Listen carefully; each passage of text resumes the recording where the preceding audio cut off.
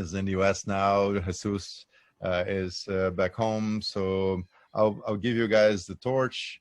So Ryan, the connection we have is via the Global Shapers community again.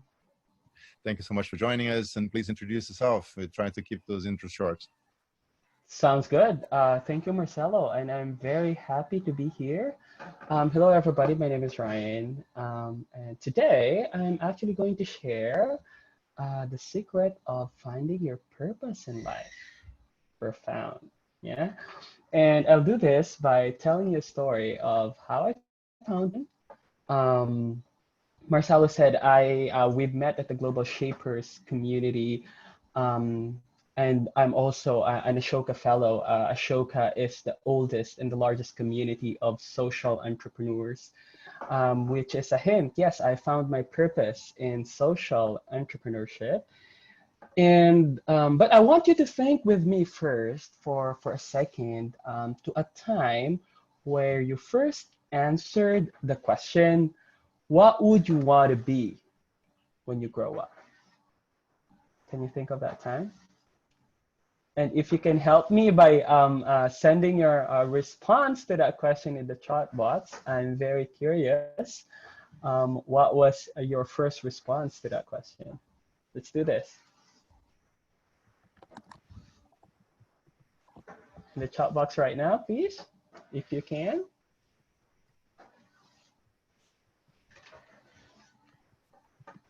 I can wait. I can send some suggestions as well, just to give an example. Just give them an example of what you'd like to see in the chat box. Well, if like the answer, many of people like answer the question to be like an engineer, I want to be an astronaut, I want to be a doctor. So this is a question you normally ask when you're in kindergarten or somewhere, right? So like, what would you want to become when you grow up? Yeah, I'd say you can suggest something different, as in be a fire breather in a circus. So anything goes, right? So guys, be creative. Exactly. There's no right or wrong answer to this, to be honest. Like Sun Yan said, like he wants to be a fireman. Well, the purpose of this question is like, at a very young age, we're actually taught to dream by helping us answer this one simple question. And I'll tell you why our society is asking the wrong question to children. But my answer to that question growing up is actually I wanted to become a medical doctor. The reason is that I see being a doctor as the noblest way that I can get myself and my family out of poverty, you know, while helping humanity. And it was not only my dream, it's actually my family's dream. In fact, it is the dream of my village. You know, I come from a very humble background. I'm the youngest of 10 in my family. Both of my parents are farmers, and we grew up in the province of Sultan Kudarat, where it's also the conflict area for terrorism in the country. So my parents, neither of them finished high school. So life growing up is pretty tough. To give you a better picture of what I'm talking about, my impossible growing up is, you know, getting a new pair of slippers because I can only get it once a year during my birthday. And sometimes my parents have to choose between eating their dinner or saving it for our breakfast, right? But my parents, not having formal education, believed so much in the power of it, and with their prayers combined with our hard work and through various scholarship, we were able to finish our studies. In my case, I completed my pre-med and graduated with a bachelor's degree in medical laboratory science. And when I passed my board exam and I got my license, I knew I was already one step closer to my dream. Then a sad reality hit me because I was diagnosed with an incurable disease, which in countries like the Philippines, it can be a death sentence to your career. Why? We are one of the few countries in the world that requires you to undergo medical testing and submit a medical certificate as part of your pre-employment procedure. And that being excluded in a workplace, it made me realize that if I can get excluded in the workplace despite graduating with flying colors, then chances are thousands of people go through this, systemic workplace discrimination on a daily basis. And I wasn't wrong. And now, since nobody decided to employ me, I decided to employ myself and started my own company with a mission to break down employment barriers and to leave no one behind. In Virtualahan, which is the name of the company, it's a combination of the word virtual and a Filipino word eskwelahan, which means school. So technically it's a virtual school. And we've been doing online learning even before the pandemic happened. And we are working with persons with disabilities, single mothers, recovering drug addicts, indigenous people's community, even persons inside a prison, and other disadvantaged group that our society failed to include, primarily because of the stigma and discrimination that is attached to our conditions. And what we do is we provide them with digital skills training, and most of these are skills that directly translate to employment without needing a four-year college degree. And these are skills in digital marketing, in data science, website development and design, and other emerging technologies, and that will lead us to the fourth industrial revolution. Now, employment support is something that we also provide. We provide life coaching, and we empower them to build communities.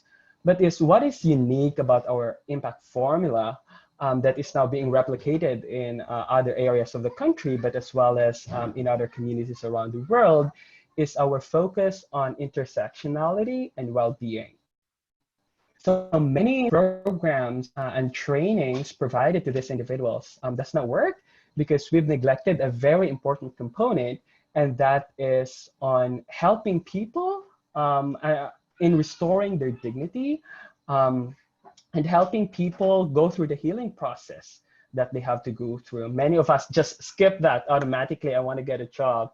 And that's why many of the programs are not really sustainable by design. So Virtualan also has become our safe space to rediscover ourselves, to unleash our potentials, and sometimes also helping our community find their purpose, find their role in making this world a little less complicated or challenging. Now, my point is, life is complicated, and it might not always go as you planned. Like when you were asked the question, you want to become a fireman, right? Mine, for example, is really with poverty going up. I have to carry a disease for the rest of my life, but that also taught me resilience. I started a company with a zero business background, but has created over 400 jobs for people who our society deemed to be like not worth of their investment. And the model that we built is now being used to address youth refugee crisis in Baghdad and Mosul. It even reaches to Sri Lanka, to Panama, and the United States. It brought me to places like the United Nations headquarters, made me speak at the World Economic Forum annual meeting for young champions in G20 and many other like events that I can never imagine that I would be even talking, like just knowing where I came from, where less than 1% of the people actually were able to flip the poverty pyramid. But fundamentally, I think our society asked us the wrong question. The question should not be what do you want to become when you grow up? right? But rather, we should start asking ourselves the question, kids, we should start asking kids the question, what problem would you want to solve when you grow up? I believe we have a better chance of finding our purpose by asking ourselves the question of what we don't want to be. I mean, it's difficult and sometimes disappointing to focus on what you want to become. And sometimes it's also difficult to really know what you want. But every day we are faced by realities that can shape what we don't want to be. Like, we just need to use our power of observation. In my case, I don't want to see a world where people are denied from jobs because of their medical conditions, because of their disability, because of their former life. I want to wake up in a world that embraces me and my imperfections. I don't want to live in a world where people have to choose between food or education. No, I want to contribute in building a world where people have the opportunity to actually take control of their life. So now my question to you is, what problem would you want to solve? And thank you, and may you find your purpose. And if you do, reach out to me and tell me about your story, or come back to New Way and share your story. So now ready to accommodate your questions if you have anything specific. Question they can, which problem they can solve together is even better, right? Now that they can meet yeah, in this kind of Exactly. how can Exactly. someone in Alaska help someone in Davao? You know, Mm-hmm. it's also one of the advantages of being in this very curious pandemic times and learning that we can communicate and link the Philippines with California, with Singapore, and make new discoveries. So that's uh, it's funny in the sense that this is a problem that I had, or we all had. How can we have this outreach to people in different places in the world that is easy and fun? And Mm-hmm. oh, the way program is one of the possibilities, just one out of many. But I'll let you guys ask any questions. And Jesus will be starting in 7 minutes, but you guys, um, please ask it whatever you want. And Jesus, just feel free to join and ask questions and make suggestions. The floor is yours.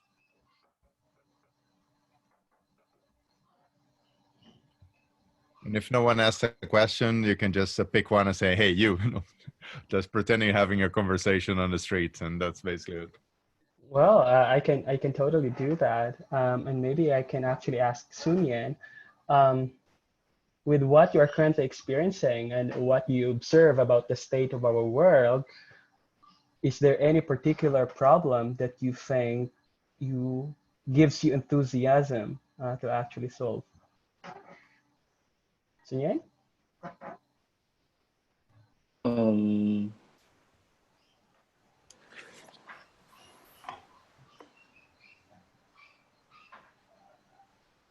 Wait, let me think about it. Can you pick someone else first? It's a profound question, is it? What about Regine? Regine, do you have something? Or Inika, perhaps? Gives them some time because they are all in mute, so Mm-hmm. the lag is a bit longer than usual. What about Michelle? Am I pronouncing it right? Michelle Notari? Well, Michele, I'm a bit more than 60, Michele. but still, the thing that the question remains actually, how to make this world a better place. And I think with your initiatives, you did a lot of things which are really going toward this direction.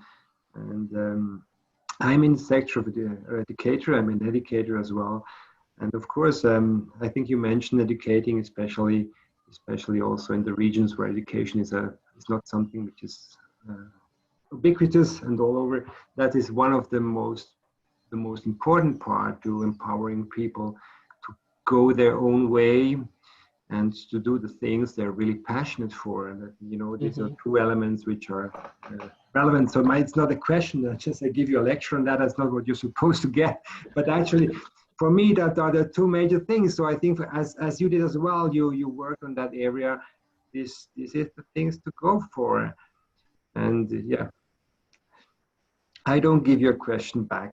I think there are too many questions to think about. But yeah, we are both working on a similar area, and I think we have similar beliefs of how the things could turn around for a better way. Thank you very much for inspiring teach, by the way. Thank you, Michele. I think, yeah, Nika, do you want to share something?